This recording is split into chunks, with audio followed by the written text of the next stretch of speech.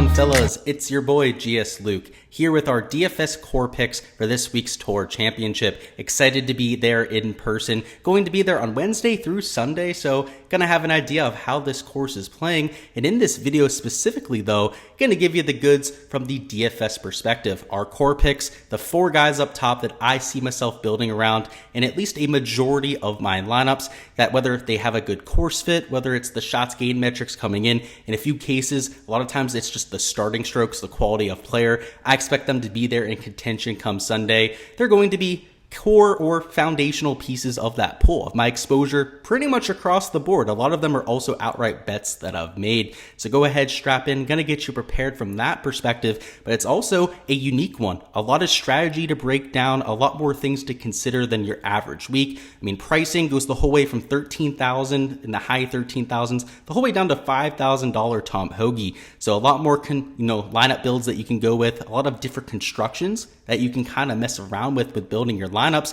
and also a lot of chalk centered up top. I mean, Scottie Scheffler, Patrick Cantlay starting at -10 and -8 respectively are going to get a ton of attention, and deservingly so. So having to navigate that chalk is going to be even more important than the guys that you're playing this week. I mean, just think about the nuts last year. It was Kevin Na, came out of nowhere, went super low at East Lake, and if you had him in GPPs, well, you probably won a lot of money last year. So we got to find our Kevin Na, our player that's going to vault up the leaderboard, to go ahead and pair with some of these core picks we talk about. So a lot to talk about, a lot of strategy involved here. Let's go ahead and dig on in. All right, so we've got the projections up, and just to make sure we're on the same page, let's go to the key stats tab and talk through what I'm using in my analysis. So my number one key stat is shots gained approach. That should not be a surprise, but most importantly, we were looking at the middle to long iron ranges. So that 150 to 175, 200, also 200 yard plus range are all going to be weighted a little bit more this week than what we're used to seeing. Next up, we got shots gained putting, but most specifically on the Bermuda grass surface, also over the last 24 measured rounds. This is definitely an accuracy over a distance type of golf course. Around the green is important because of how small the greens are, and also because of the undulation on the greens. A lot of the around the green shots are particularly difficult. Birdie or better percentage, par 4 scoring as a par 70 setup makes quite a bit of sense. Course history has been extremely correlated to success at East Lake over the years, so I'm taking a look at that. Shots gained at a Bermuda rough and at comp courses. So in general, it's a lot about ball striking. I mean, whether it's off the tee accuracy or accuracy into greens, if you can keep yourself in position, it's a scoreable course. You can take this to 5-6 under par. If you get a little bit squirrely off the tee or into greens, like I mentioned, a lot of those around the green shots can be a little bit dicey from time to time. You could also put up a 76 or 77 real quickly. So a wide range of scores available here, which makes this a fun event to watch in person, right? There's usually quite a bit of drama, and even with Scottie Scheffler starting at 10 under par, which we're going to touch on the starting strokes now, you usually get quite a bit of drama. So let's talk about the guys up top. You have Scottie at -10, you have Cantlay at -8, Zalatoris is there at -7. He's dealing with an injury, so we got to talk about that a little bit. John Rahm's at -3. You have a bunch of guys like a Cam Smith, Rory at -4. Even Sam Burns, who might be a little bit of a sleeper pick this week, right, is there at -5 at $9,900. So depending on their starting strokes, their price here, you're going to see a wide range in ownership. I'd expect guys like John Rahm to probably be a little bit lower owned than they should be. Probably the same thing goes for guys, let's see, like a Justin Thomas, who we'll talk about, Matt Fitzpatrick. A lot of the guys in the 8K range are going to be your quote-unquote pivots this week. But up top, Scottie Scheffler, Patrick Cantlay, Xander Schauffele might be 50-60% owned, and it's well warranted, so we'll talk through it. They'll be starting with 30 points, at least Scottie Scheffler, right? Second place, starting with 20 points. That'll be Patrick Cantlay. As early as Thursday, you'll be locking in a good amount of points. The thing is, that is going to change drastically throughout the event. Just think about last year. Our winner ended up shooting 11 under par. That was Patrick Cantlay, who got to a net of 21 under. Usually the winning score a little bit closer to like 16, 13 under from time to time. Just because you're up there at 10 under par does not mean you're going to be there by the end of the week, so you can't really rest on those laurels. So starting at -10 isn't a reason enough to go out there and play somebody. But when you're somebody like Scottie Scheffler, who even last week was far from his best self, was not very sharp out there at all, finished in 3rd place, right? Was out there, able to get to 11 under par, I believe, something in that range. If he does that starting at 10 under, I mean, he's going to win this event, right? Last year, that's exactly what Patrick Cantlay did. So there is a lot of value in going to these guys up top, but you can't play everybody. In fact, you probably can't place Schauffele and Patrick Cantlay in the same pool unless you're going to take both of them in nearly 100% of lineups and almost completely bypass the rest of the field, which is not something that I'm going to be willing to do this week. So it's an interesting one from the lineup construction standpoint, particularly if you're going with a 150 lineup type of approach. But let's talk through our favorite picks. So Scotty Schauffele at -10. We talked about how he didn't have his best game last week, yet went out there and was able to finish in third. I love that coming in. Now we get him on Bermuda rather than bent grass, which is a huge difference when it comes to his putting splits. He's a loser on bent for his career, whereas he gains close to a third of a stroke per round on Bermuda, and the numbers with the ball striking are starting to come around. Gaining close to a stroke per round off the tee, gaining just over a stroke per round on approach, and a slight loser with the putter, which is what we've seen. It's why he's going out there. He's being extremely consistent. I mean, outside of the missed cut at TPC Southwind, which was definitely a little bit ugly for him, outside of that, he's been the Scotty Schauffele that we expect. And if he can find even a semblance of a putter, I mean, we're not talking like a 4 or 5 shots gained result. We're talking about maybe a 1 or 2 shots gained result. You could be looking at him hoisting the trophy here and winning it by 4 to 5 strokes. He has that type of upside. Usually, we don't see somebody run away from the field. I don't know whether it's just East Lake, the fact that it has so much volatility to it, or the pressure of perhaps starting at -10, knowing that you don't have to be as aggressive, just makes the scores a little bit closer there on Sunday than we might expect going into the week. But realistically, if he goes out there and he plays like he did last week, he's winning this golf tournament. I mean, last year, Jon Rahm outperformed Patrick Cantlay and ended up losing by 1 stroke because of this 2-stroke difference. And I could see the same thing happening this year. Now Patrick Cantlay is in the opposite situation, right? He hardly missed out in first place over Scotty Schauffele, I believe by less than like 25 points. Believe it or not, if Xander made that last putt, I believe Scotty Schauffele would have been number 2 and Cantlay would have been number 1 in the rankings. It was that close when it came down to it. That could very well decide who wins the 18 million this year. It did last year. Literally, Jon Rahm missed out because of that. So I like Scotty Schauffele. I like the fact that he's starting at the top, loves Bermuda. The shots gained numbers are there. I've been riding Scotty Schauffele for the last month at this point. I would be crazy to jump off at this point, so I'm not going to be doing so.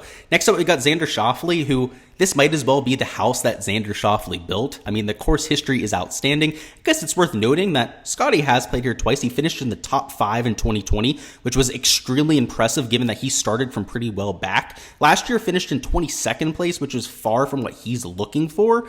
But still, that top 5 finish in 2020, when he's relatively new on tour, is extremely impressive. But you don't really have to worry about Xander's course history. Let's see. 5th last year. He was 2nd in the actual scoring. So in terms of like not using starting strokes, I believe he was in 2nd place. Oh, 2nd place in 2020. 2nd place in 2019. 7th in 2018. Oh, he won it in 2017. You're talking about somebody who gains the most strokes by far of anybody in this field, and the shots gained metrics back it up too. I mean, he almost won the golf tournament last week, was in the last group, gaining close to 3/4 of a stroke per round on approach, gaining off the tee, and the putter has been absolutely lights out. And on Bermuda grass, though it's not his favorite surface, you can see he's gaining just 0.15 shots gained per round. For whatever reason at East Lake, he makes a ton of putts. Over his career, still gains close to a stroke per round on the greens at East Lake. So I'm not worried about it as much as I would be at another Bermuda grass surface. Perhaps he just knows the undulations here a little bit more than most, and it makes up for the fact that he's not the best Bermuda putter. But in either circumstance, he's going to be a little bit lower owned, right? Cantlay and Scotty Schauffele up here in this 12, 13K range are going to get like all the ownership, and it's well deserved. You should probably be locking in one of those 2 players. That's what I'm doing this week, right? I'm locking in Scotty Schauffele.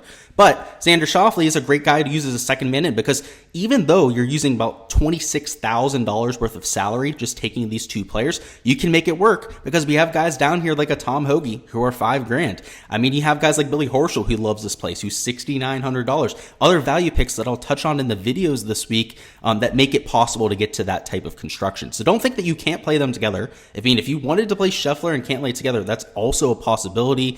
I just expect, somebody like a Xander, I mean, we're going to talk about Rory and JT here in a second, one of these type of guys to shoot something like 12 to 15 under par. I mean, they could win the FedEx Cup. Like, they're not out of it by any means. I mean, even the guys down here at like -2, -1 have a chance at winning this golf tournament. Now, is it going to take a whole lot? For sure, but it's not that unrealistic for somebody here at -4, -5, especially -6 to just completely storm up that leaderboard. So I love Xander Schauffele, love the course history, love what we see in terms of his recent form metrics. I mean, really, what isn't there to like, right? Third place, he made the cut there, 15th at the Open, won the Scottish Open. I mean, Scotty Scheffler, right, to give you an idea, sure, there's 2 missed cuts there. That's definitely the one red flag.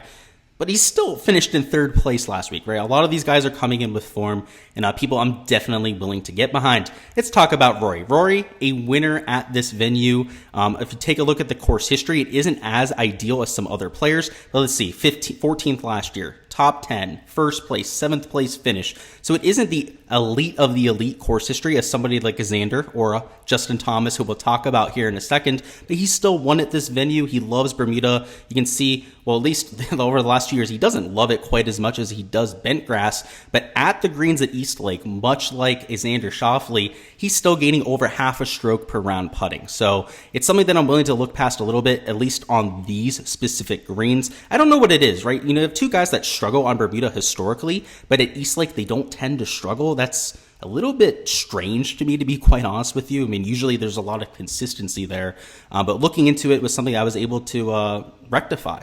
I'm not that worried about it, right? Because over the years, and it's a relatively large sample size, it'd be something if it was like 1 or 2 years of data that we're working with.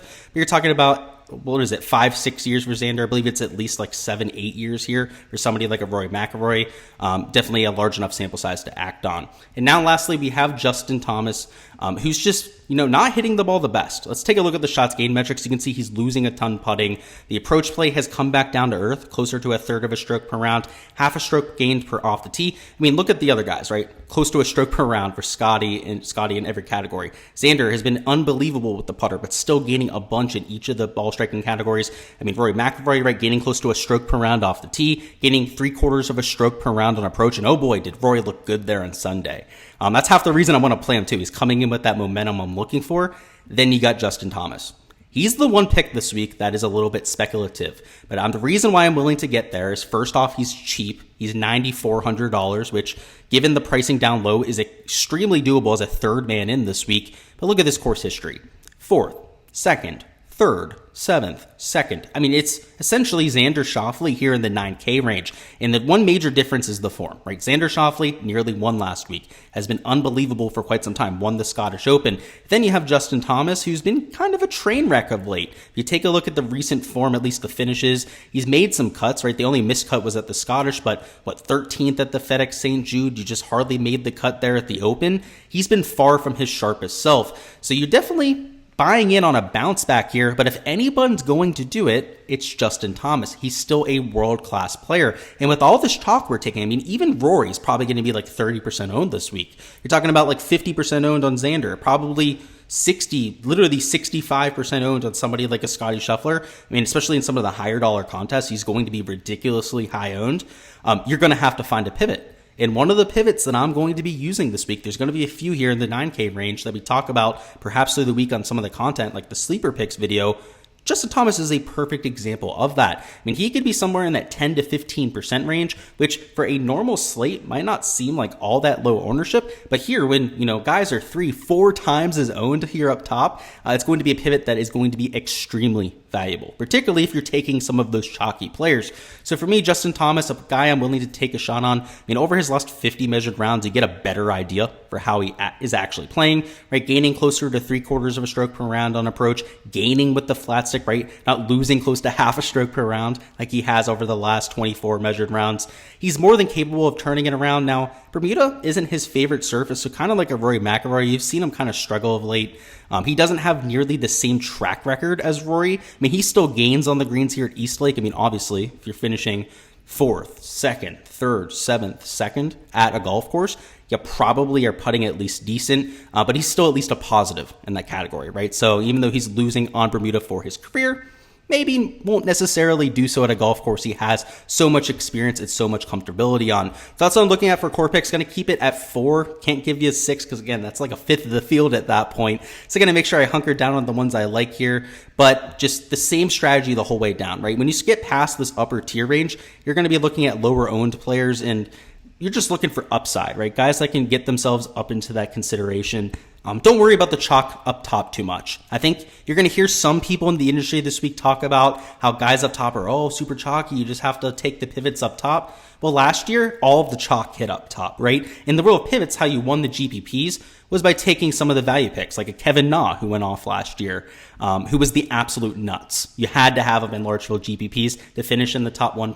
It's going to be all about trying to find that guy, which we'll talk about in our value picks video a little bit later on tonight. All right, boys, that is all I've got for this week's core picks. Before you hop on out of here, go ahead and smash that like button, but also go ahead and comment down below who you've got winning. For me, gonna go ahead and take Scotty. I really think it's his to lose. If I had to be a little bit more creative about it, perhaps take the guy I think wins the strokes leaderboard. I'm going to go with Justin Thomas. I think he goes nuclear and perhaps gets himself into contention. But either way, go ahead and let me know who you've got winning with strokes and without strokes. And until next time, best of luck this week. We've got a lot of outright bets that you can place, again, with the strokes or without the strokes. DFS is going to be fun with all of the strategy involved, and really looking forward to everything this week has to offer. Going to be doing a few reports from the golf course, walking the golf course on Wednesday. So make sure to be there for the live stream on Wednesday evening. That'll be at 7 p.m. Eastern time. Still doing it from up there at East Lake. Going to give you an idea of exactly what I saw out there, right? How firm the greens are, the practice round leaderboard, all that sort of fun stuff. Everything you pretty much wish you could know about the golf course the day before. That's why I'm going up there early, right? Spend some extra money,